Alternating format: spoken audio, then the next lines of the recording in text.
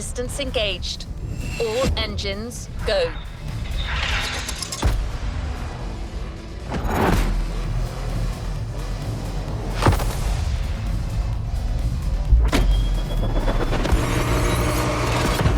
Hello, driver. I'm Kara. Let me assist you in choosing a playlist. Made in Japan. Race over asphalt. American Muscle. Rule the Streets. Hawaii Scenic. Made in Japan. Hawaii Scenic Tour. American Muscle. Show up your street racing spirit by driving some of the most classic and memorable US 911 Legacy, a Porsche story. Experience the true legacy. Rule the Streets. Join the Donut Media team and answer Jane Pumphrey's unique questions. American Muscle. Made in Japan. Race over asphalt and drift through neon in a journey through Japanese car culture.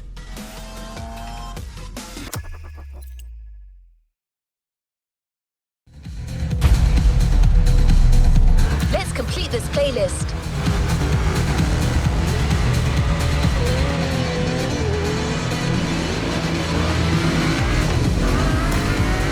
This playlist together to give you a taste of Japanese racing culture.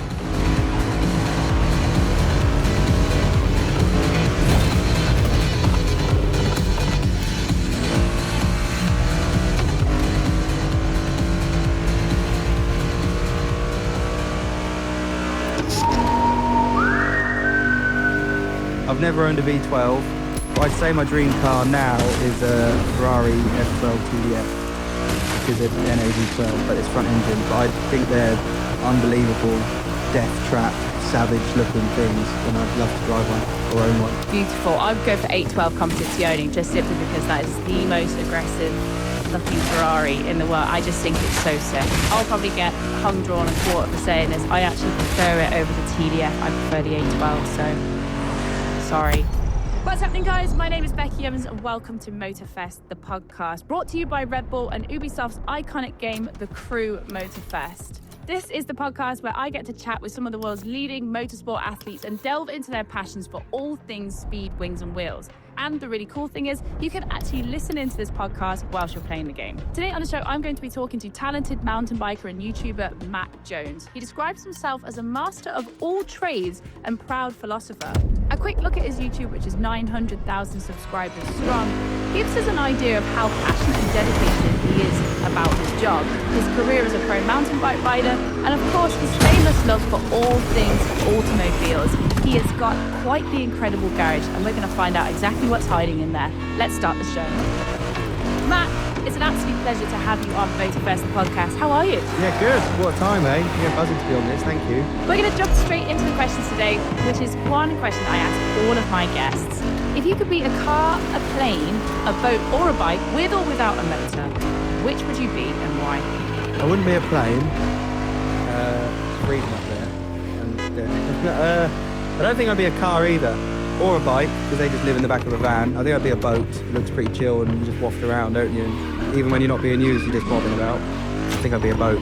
That's the most interesting reply I've had to that question out of all the people I've spoken to on this podcast. You're like, what would be a plane? It's cold up there. Some people are like, yeah, the freedom of it, the tranquility. You're like, nah, it's a bit cold. He's a true Midlander.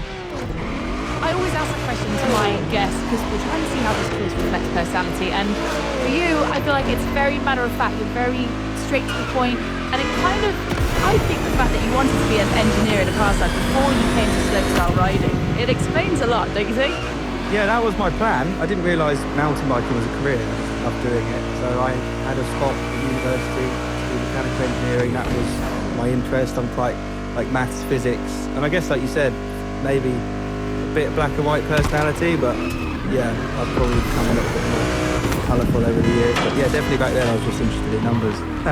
Well, let's talk about your discipline itself. So slopestyle riding, break it down for me for somebody, because I've always been things with motors, and this is completely self-pedaled, self-propelled. So talk me through slopestyle riding.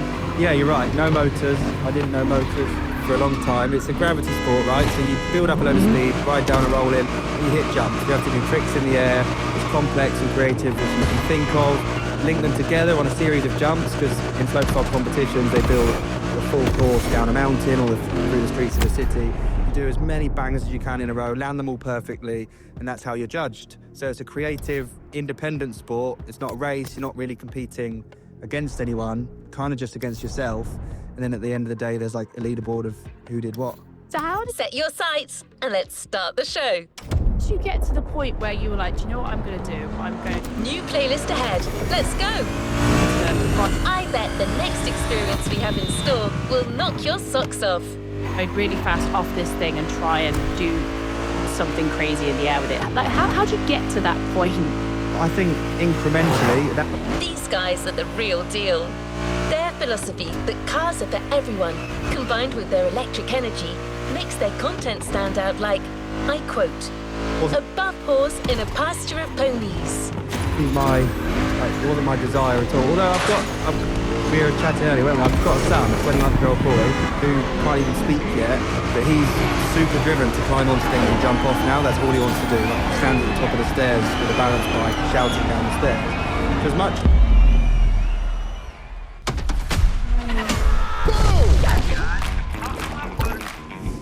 I got a question for you guys, and buckle up, Buttercup, cause it's a doozy. Freaking lightning, baby!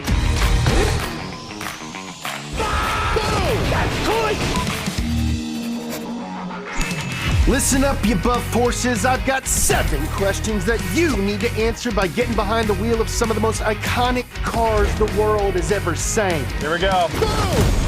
The car world is made up of rivalries and unanswered questions. You need to settle them once and for all. More power, baby! Will it be easy? I don't think so. That's why I love him. He gives the people what they need to hear. Lightning, lightning, lightning, lightning! And in the end, I need you to answer the biggest question of them all. Who rules the streets? That is the most badass thing I have ever heard of.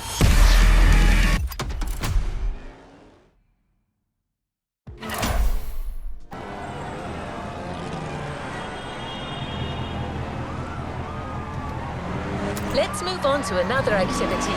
Back to our podcast.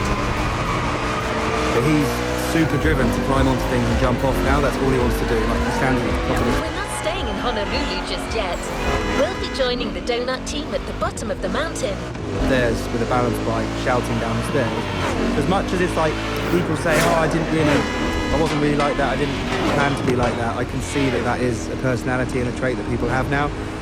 So maybe I was always that way inclined, but it took me to discover mountain biking, which luckily there were some jumps in the local woods near my house, so that was a box tick. Have a mountain bike, got one from Halfords with my twin brother on our birthday, and then, you know... They need you to conduct a special experiment before settling down in the city. You can just... I'm not gonna lie, James wants to start big here. You do just ride off things and see what happens. I don't want to spoil the surprise, so I'll just give you one clue. The first question involves Italy at its finest. Let's get into the nitty-gritty about your bike right now. So let's talk about the wheels.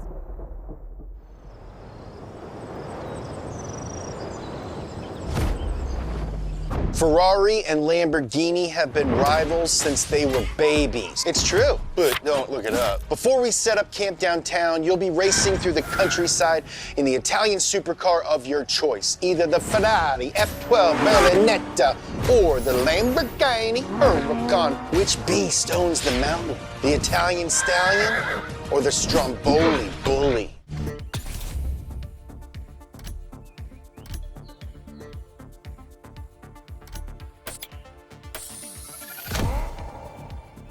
The Lamborghini machine, let's ride!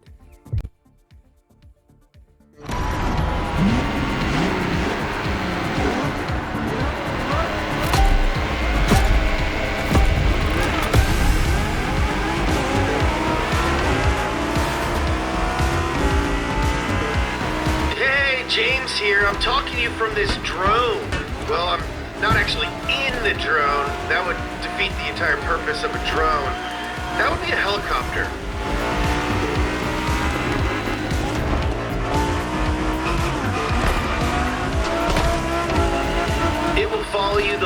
time and take some awesome shots for our videos. Not in a weird way. Anyway, have fun.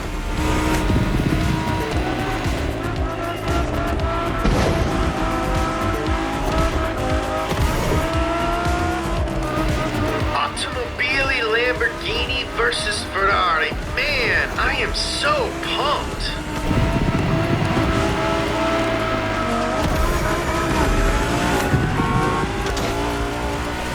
Hey, no pressure, but these cars are like really expensive, so try not to crash and burn, okay?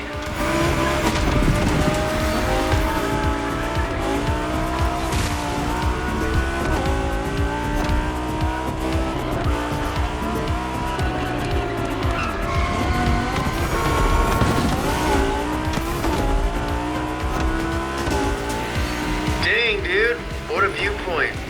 It really makes you think.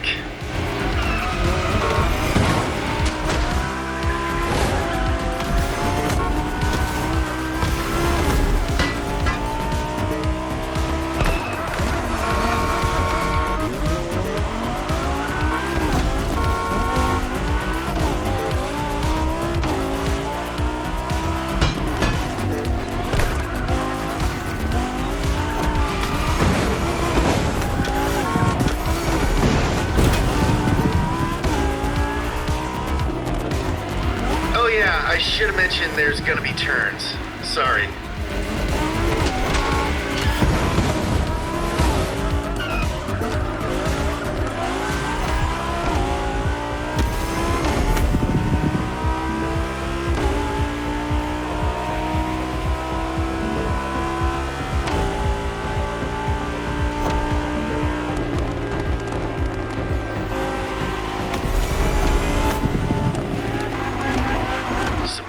Surprise! You overtook the Ferrari. Why were you behind it in the first place?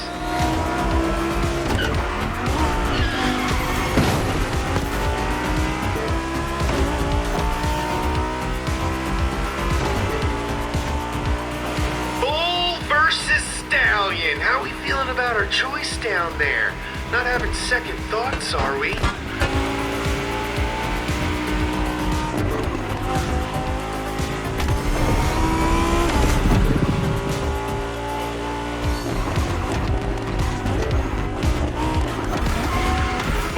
Italian power! Give me the gravy, Grandma! And Ferrari won this time. That's okay, you still got to drive a Lamborghini.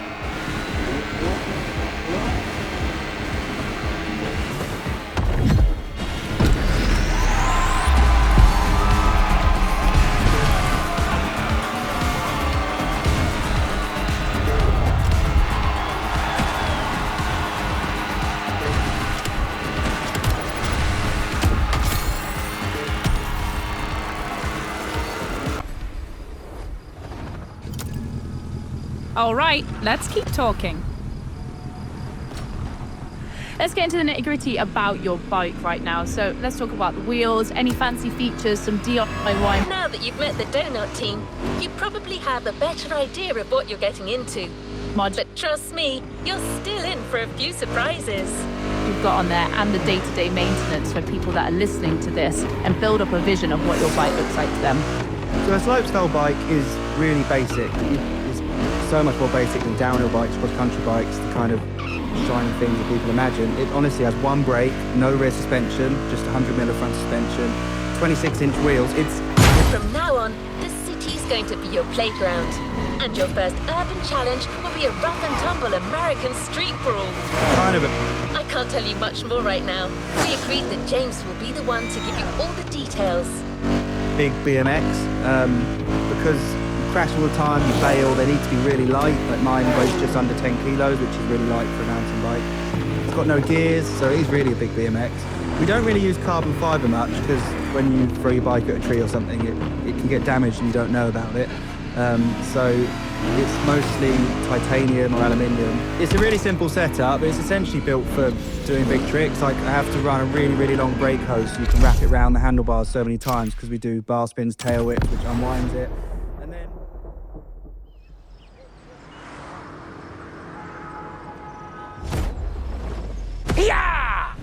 All right, tough boys and girls, you think you've got muscles? Well, how about you take it to the streets in a Chevy Camaro ZL1 or a Shelby Mustang GT500 to find out who's got the biggest American muscles. Spoiler, it's me.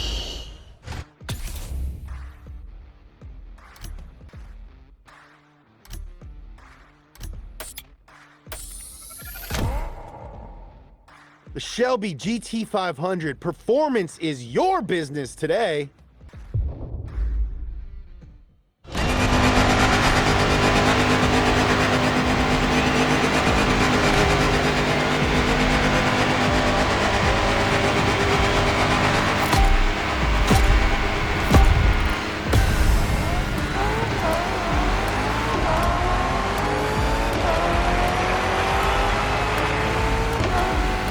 In the muscle car's natural habitat, the concrete jungle. How's it feel?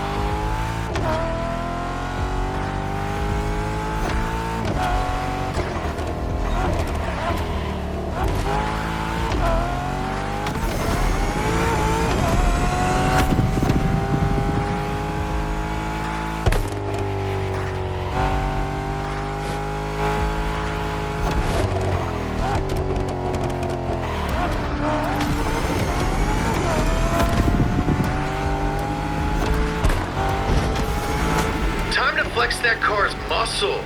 I'm flexing right now, you just can't see it.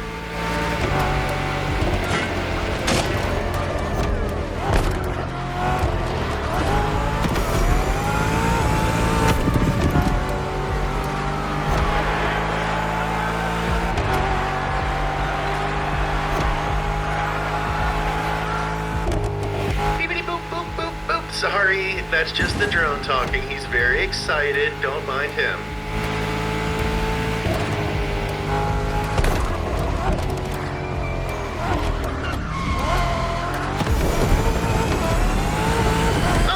I used to live in that building.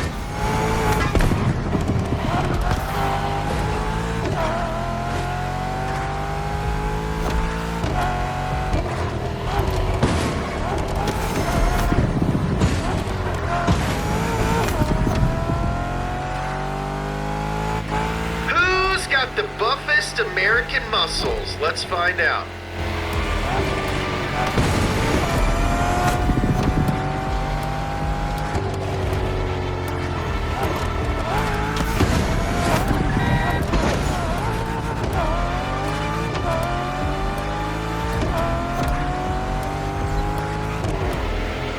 Watch out for that curve.